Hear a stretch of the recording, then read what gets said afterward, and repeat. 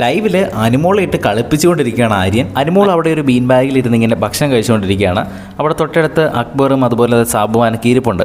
അപ്പോൾ ആര്യൻ ചാടിത്തുള്ളി കളിച്ച് അതിലേ വരുന്നു. ഒരു പാട്ടൊക്കെ പാടിയാണ് വരുന്നത്. അപ്പങ്ങളെമ്പാടും ഒറ്റയ്ക്ക് ചുട്ടമ്മായി എന്നൊക്കെ പറഞ്ഞാൽ പാട്ടൊക്കെ പാടി ഒന്ന് അനുമോളെ ഒന്ന് പേടിപ്പിക്കാൻ വേണ്ടിയിട്ട് മുഖത്തോട്ടേക്ക് ഇങ്ങനെ അടിക്കുന്ന പോലെ കൈ ഇങ്ങനെ വീശി. പക്ഷെ അനുമോൾ പേടിച്ചില്ല, ആര്യനെ തന്നെ ഇങ്ങനെ തുറിച്ച് നോക്കി.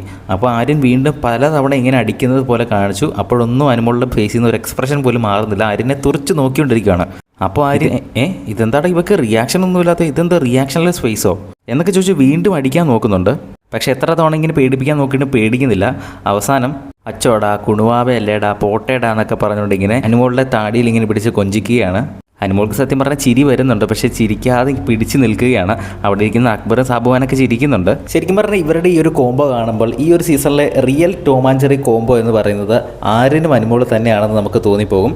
അനീഷും ഷാനവാസും തമ്മിലുള്ള ഒരു മെയ്ഡപ്പ് അല്ലെങ്കിൽ ഒരു fake Tom and Jerry combo എന്ന് പറയേണ്ടി വരും. ഒരു റിയൽ ആയിട്ടുള്ള ഒരു ടോം ആൻഡ് ജെറി കോംബോ എനിക്ക് തോന്നിയിട്ടുള്ളത് ആര്യനും അനുമോളുമാണ്. നിങ്ങളുടെ അഭിപ്രായം താഴെ നിന്ന് കമൻറ്റ് ചെയ്യുക.